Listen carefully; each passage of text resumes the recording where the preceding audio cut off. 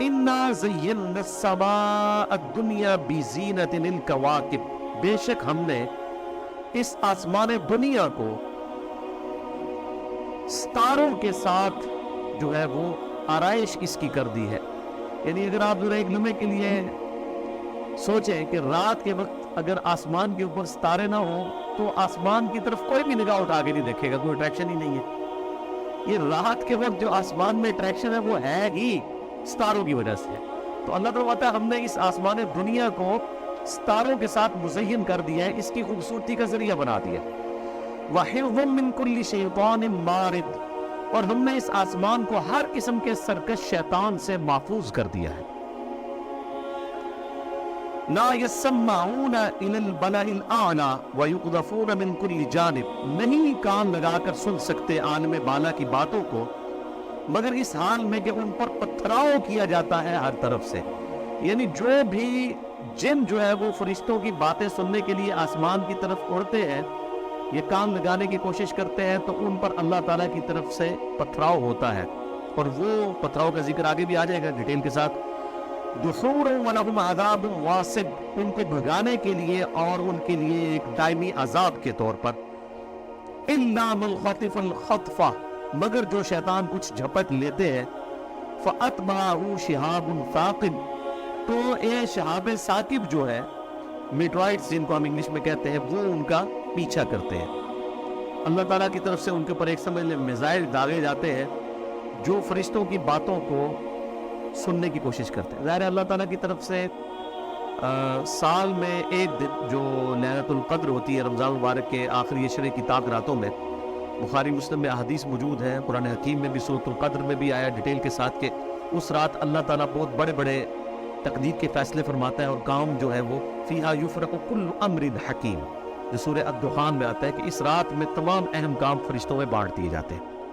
اب فرشتے جب وہ اس قسم کے ڈسکشنز کر رہے ہوتے ہیں کہ اللہ تعالیٰ کی پلاننگ میں اس سال کے لیے آگے کیا ہے، تو اس میں سے کچھ جنات چرا لیتے ہیں اور وہ چرا کے پھر کچھ باتیں وہ سن لیتے ہیں، کچھ نہیں سن سکتے، تو وہ جھوٹ ووٹ ملا کے تو ایک پوری سٹوری بنا کے کائنوں کو بتاتے ہیں. وہ اس کی بنیاد کے اوپر پریڈکشنز کی جاتی ہیں، اسی لیے کچھ پریڈکشن صحیح بھی ثابت ہو جاتی ہے، کچھ غلط بھی ہوتی ہیں.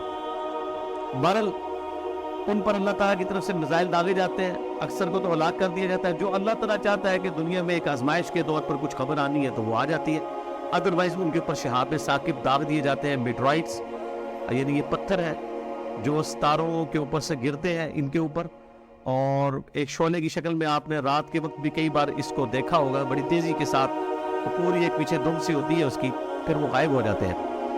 اور جیسے ہی وہ زمین کے آپ سمجھ لیں جو ایئر کا غلاف ہے، ایٹماسفیئر تقریباً 80,000 کلومیٹر زمین کے گرد ہے، اور اس میں سے بھی جو زیادہ آپ سمجھ لیں کثیف ہے وہ پہلے 50 کلومیٹر میں سارا ایئر ڈینسٹی ہے. جیسے ہی اس کے اندر کوئی پتھر داخل ہوتا ہے تو وہ اتنی سپیڈ کے ساتھ داخل ہوتا ہے تو وہ ایئر فرکشن کی وجہ سے اس کو آگ لگ جاتی ہے اور وہ راکھ بن جاتا ہے.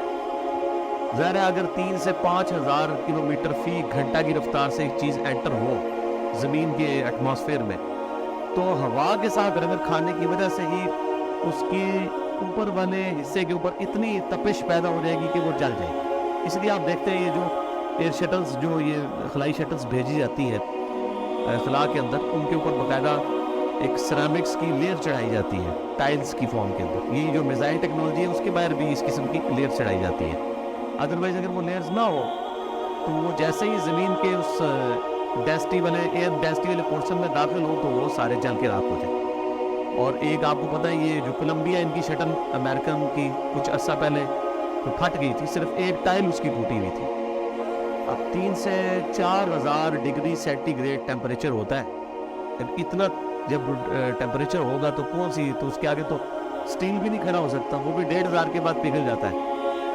تو جہاں پہ 3,500 ڈگری سینٹی گریڈ ٹیمپریچر ہو جائے تو وہاں تو کوئی چیز ٹھہر نہیں سکتی. بعض انسان کو اللہ تعالیٰ نے عقل دی ہے تو اس نے اس طرح کی یعنی کیمیکل جو ہے وہ ایلیمنٹس ڈیولپ کر لیے ہیں کہ جو ریزسٹ کر لیتے ہیں اس کے اگینسٹ.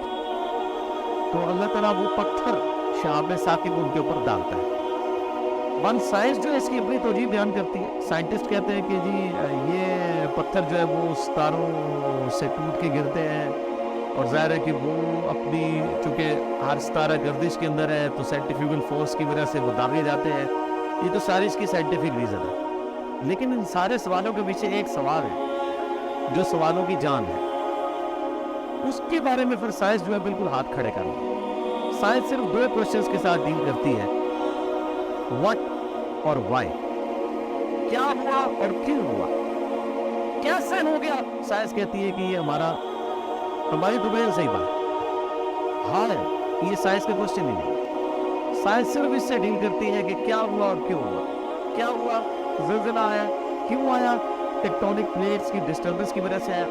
یہ کیسے ہو گیا, وہ کہتے ہیں it is physical phenomena of nature. ایسا ہی ہوا کرتا ہے, یہ ہو جایا کرتا ہے. اسی کے پیچھے تو خدا ہے. God is the only explanation of all the physical phenomena in this universe. خدا ہی وضاحت ہے اس کائنات میں ہونے والے ہر قدرتی مظہر کے پیچھے خدا ہے. بانی سائنس کی عاجزی ہے کہ انہوں نے تسلیم کر لیا کہ جی ہم نے سوال میں پڑھ رہے ہیں کہ یہ کیسے ہو رہا ہے. وہ کہتے ہیں ایسے ہی ہوا کرتا ہے. اسی میں تو قیامت مضمر ہے, ایسے ہی کیوں ہوا کرتا ہے. کون ڈیسائیڈ کرتا ہے کہ ہاں اسی وقت ہی پتھر نے ٹوٹنا ہے, تو اس کے پیچھے تو خدا ہے نا. یہ اسی وقت ہی زلزلے نے آنا ہے. یہ جو ٹائمنگ ہے وہ کہتے ہیں کوئی پتہ نہیں, کسی بھی وقت آ سکتا ہے.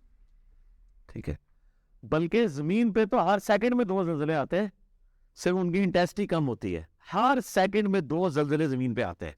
اگر ان کی انٹینسٹی بڑھ جائے تو یہ تو زمین سٹیبل ہی نہیں رہ سکتی. جو اللہ تعالیٰ بار بار کہتا ہے کہ ہم نے زمین کو بچھونا بنا دیا ہے تمہارے لیے, تو وہ بعض غیر مسلموں میں لوگوں نے بھی اعتراض کیا رہی ہے بچھونا تو ہے نہیں, زمین تو گول ہے, تو بچھونے سے مراد یہ ہے اس کو سٹیبل بنایا. ادروائز یہ اپنی نیچر کے اندر جو ہے وہ زلزلے رکھتی ہے, اور ان ارتھ کوئکس کی وجہ سے تمام برباد ہو جائے ہر چیز اگر یہ سٹیبل نہ کیا جائے اللہ تعالیٰ کی طرف سے. بات کبھی تو پھر اپنی قدرت کا مظہر دکھاتا ہے اور آپ دیکھتے ہیں کس لیول کی تباہی ہوتی ہے.